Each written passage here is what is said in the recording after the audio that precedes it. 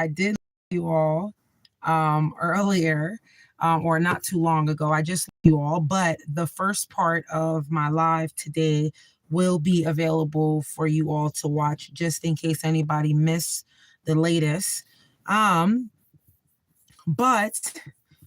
right now for part two, I want to go into something that's very important to me. You guys know I'm a total history buff. I'm a bookworm, and we learn from our ancestors because history continues to repeat itself, right? But anywho's, if you all do not know me, or if you wasn't in on the other live, my name is Pavio G. I am your host. Welcome to War Notes, okay? Welcome, welcome, all ladies and gentlemen, indeed. Now, this is the People's Survival Hour, is what I shall call it, indeed. I am broadcasting to you, of course, always with strength and courage and a bit of old-fashioned wisdom from the days when life itself tested the soul of every American, right? Today, we are going to travel back right now, back to the 1930s, of course, as always, that era, indeed, back to the Great Depression when our ancestors faced times indeed so hard. The dust settled in their bread, jobs disappeared like smoke, and pennies were stretched until they begged for mercy indeed. But through grit, indeed, as I always say, and community and faith, they survived. And so will we. Now, everybody's always wondering why folks are always going back to check out history, because history repeats itself, doesn't it? How did our ancestors survive the Great Depression? How? Well, listen to this, and I hope that you all get some information from it indeed. The year is 1931. Factories that once glowed with fire, they sit cold. Men who built railroads now stand in line for a bowl of soup.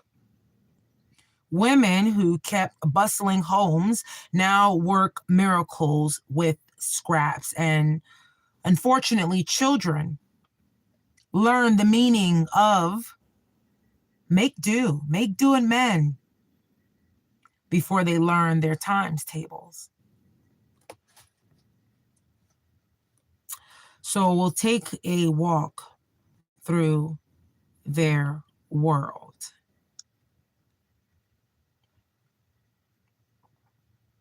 Neighbors became indeed lifelines. So if a family had a sack of potatoes, and this information is for folks who love history as much as I do, and for folks who know that when you listen to history, you will find ways, whether or not you agree with everything or not, you'll find ways that will indeed fit into your life and make your life some way in some shape or form better, or add to the knowledge that you already have, that you already own. Each of us possess some form of knowledge. Some people's knowledge is awful, and some people's knowledge is, wow, questionable, and some people's knowledge is over the top. But us as folks, we try to meet each other in the middle, don't we? So if a family had a sack of potatoes and another had some beans, they would then cook them together, wouldn't they? They would cook them together. And if one had flour and another had lard, right, biscuits were then shared across the kitchen table. It wasn't one person had and the other person didn't have. Everybody had a little bit. The Great Depression, what it did and why it's so important now, because it's the exact parallels of what we are experiencing now, which is the Great Depression, call it 2.0 in the modern day age, but it's the Great Depression number 2, okay? The Depression turned strangers into extended family indeed. It wasn't, I don't know you anymore, brother. I never seen you before, man. No, you can't have that rice, man. No, you're going to share a little bit of that rice. You're going to share a little bit of that sugar. And you're going to not be stingy because the good Lord is watching you. And thou shall share. I'm sure that most would agree. I would hope so anyways. Now, nothing was ever wasted Okay, grease, and I'm talking about lard, oil, whatever you got on hand, vegetable oil, grease was saved for cooking. It doesn't matter what was cooked in it, save it, folks. Flour sacks were sewn into dresses. Now, flour sacks do not come the same way anymore, as we know. And if there is a sack of flour, that material you might not be able to use, right? Because we're no longer in the early 1930s. However, the material that your flour comes in, whether or not that be a little, that hard, like cardboardish paper, whatever the case may be, reuse that. There's no shame in the game, right? Absolutely not. Not when you're in the new Great Depression. We must learn from our ancestors so we can move forward and thrive through this new Great Depression that the government has forced us to go through. And we shall do just that with a smile on our face. Amen. All right. So, remember that old clothing for our ancestors, those became quilts. If you know how to sew a little bit, it's not about the beauty standards. This is not Chanel. This is not the Gucci factory in India. I'm just throwing it out there. But this is not the Gucci factory somewhere across the ocean seas, okay? We're talking about whatever scraps that you may have, whether or not that's a few shirts, whether or not it's a little dingy, cut that sucker up in some pieces, whatever the case may be, sew them with something else, make a pillowcase, stuff them into something, waste not, want not. That won't be the first time that I'll say that. Right now, anyways. Again, everything, waste not, want not, okay? A broken chair, that can become your firewood. A lot of people are so dependent on this heating system and all of these things. We use propane. Our family uses propane. Everything we do is off grid. However, what if we run out of propane? We need that firewood. And so we make sure that we always have some type of firewood, or we take our lazy behinds up the road and we chop down firewood here in our countryside and we bring it back to our home because we done damn near chop down all the damn trees on our land. That's awful. Anywho's, remember that leftover vegetables, they become stew, they become soup, whatever you want to call it. Throw that sucker in a pot, put some water in it, make that broth, use that canned chicken that you have in your pantry, pull out the salmon, whatever you got, make some fish soup. There's a million things you can do when you're in the Great Depression too. And our ancestors before used everything that they can get their hands on. And they meant that. It's very important. If you can get your hand on a cabbage, get it. Okay? Doesn't matter. Make it happen. Trust yourself. Believe in yourself. Make it happen. If you can get that cabbage, get it.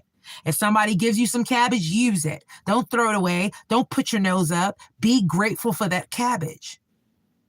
Okay? Now, every jar was washed, reused, and treasured like gold. When you use something now that we're in the Great Depression too, do not throw out that can so quickly. Remember that you can use that can to plant your next onion. Don't throw out the root of that onion so quick when you cut your onions up. Save that root, replant it again, and make your onions. Why? Because there's going to become a point where you're going to wish that you would have started planting some onions when your neighbors have onions smelling in their kitchen and you don't have any because it's way too expensive. Don't act too bougie now because you have it now. There's coming. That may not be proper English, but hard times are coming. Okay?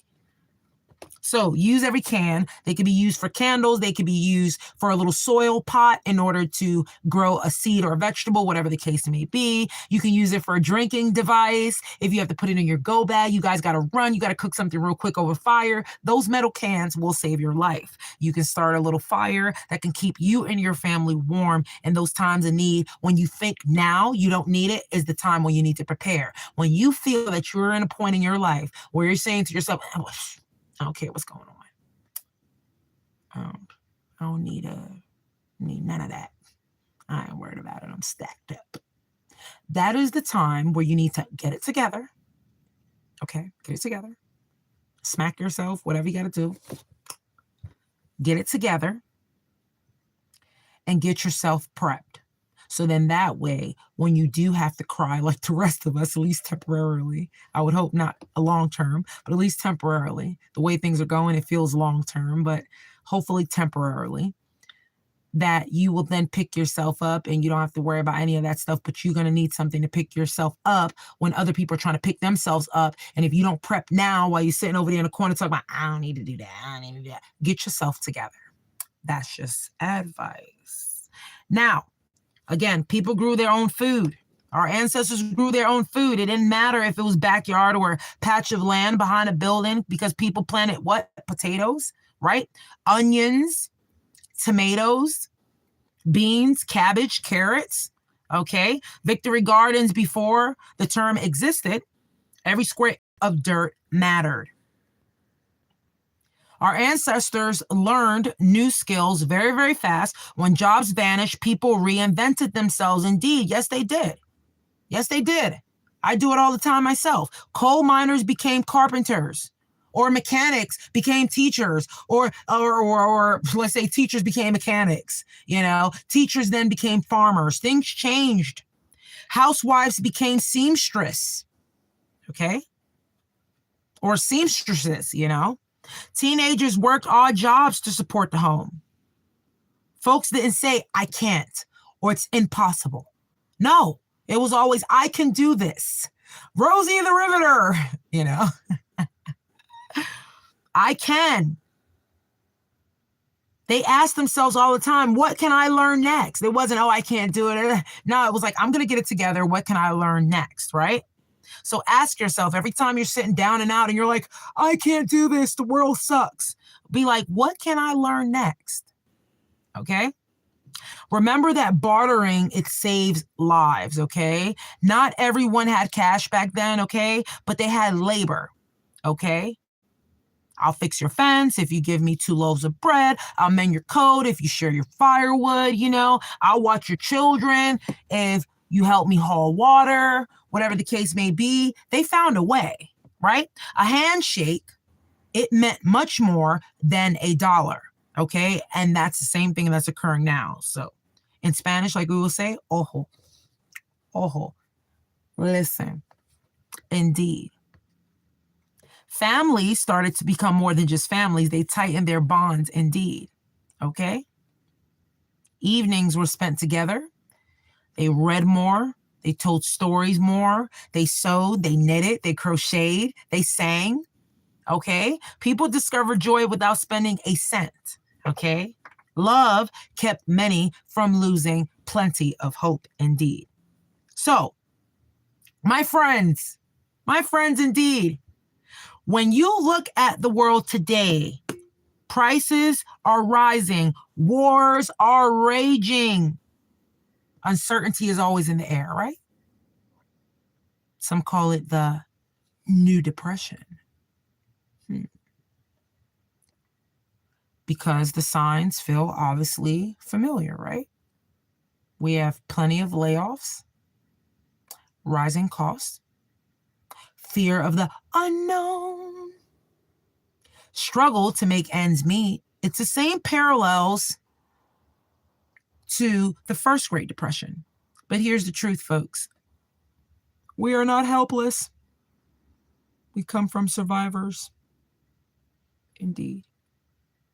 If our grandparents and great-grandparents made it through the worst collapse in American history with nothing but determination and grit, then we shall, with all our knowledge, tools, and preparedness, we can survive it too. I'm quirky, I know. I'm a little bit of everything. Kind of like that shampoo, 3-in-1. All right. The point is that we can take their lessons and apply them today with modern day tools, right? So, my suggestions to what you all should do now. Everyday preparedness. Let me tell you exactly what every household should have, what every family should prepare for, because awareness, no, it's not fear.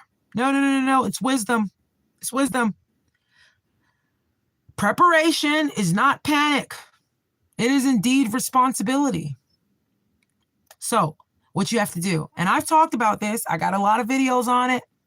Build your go bag. Every person in your house should have a go bag, a small bag ready to go, man. There's a lot of things going on, man. Y'all got to be ready. One change of clothes at the minimum. Copies of important documents. You need basic hygiene items. A flashlight, batteries, a little small first aid kit. Important. Water bottle, a little bit of snacks, a little bit of emergency cash, and a charged portable phone battery. Okay? You don't prepare because disaster is guaranteed. You prepare because peace comes from readiness indeed. Another thing, very important. Now, you would think a lot of people are thinking this, but a lot of people are not thinking this, folks. I'm trying to tell you now. Just like in the first Great Depression, what you need to have in your home, you need to keep non-perishable food in your home. It's very important, folks. Life is not just party hardy. I don't care if you're single with no kids. It's not just party hardy. You got to get it together. You need some rice. Make sure you have enough rice, beans, some canned meats, okay? Some canned vegetables, some pasta, some flour, sugar, shelf-stable milk, so dry milk, peanut butter, some oatmeal, okay? Enough for at least 2 to 4 weeks, man. And you're not doing it out of fear, but it's to ensure that your family has stability no matter what happens in the world, point blank. Okay? Make sure that you're teaching yourself make-do skills. Try learning how to sew, crochet, knit, all of those things, repair small items. Learn how to garden, learn how to do your seeding, all of those things. Learn how to can, do canning.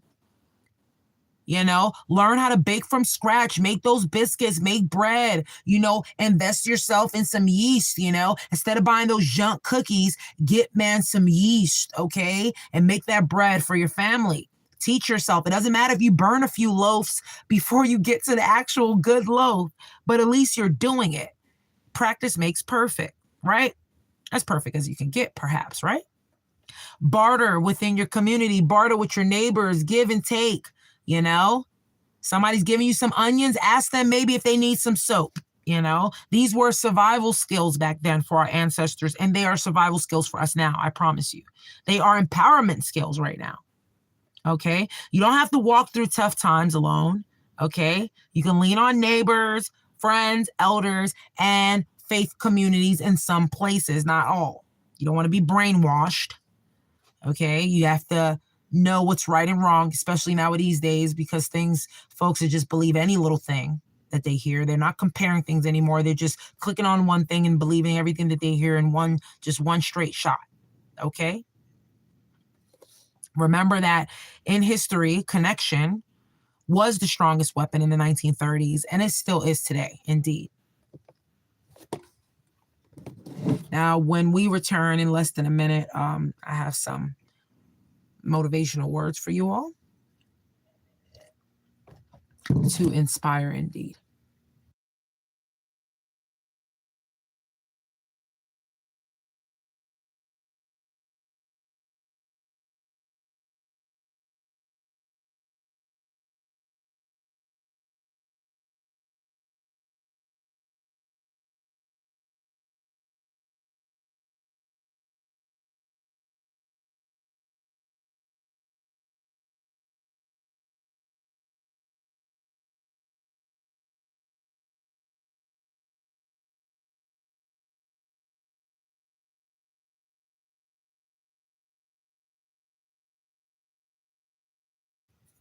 Now, folks,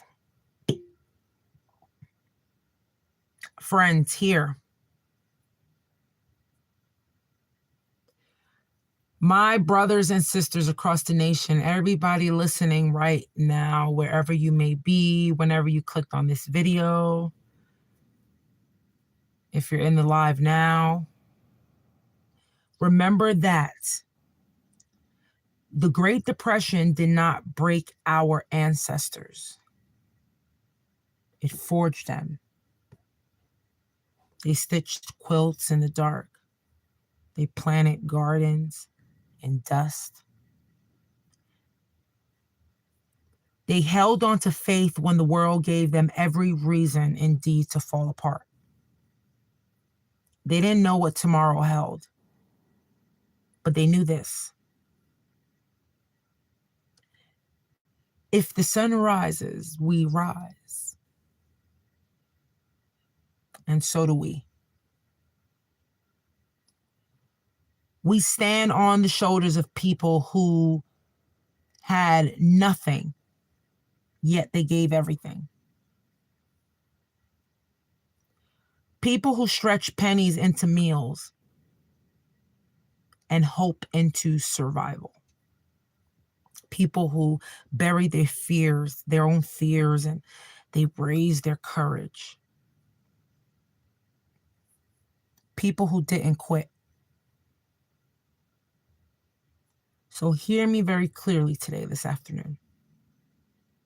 You are built from that same material. Believe it. You carry the same blood. You hold the exact same fire.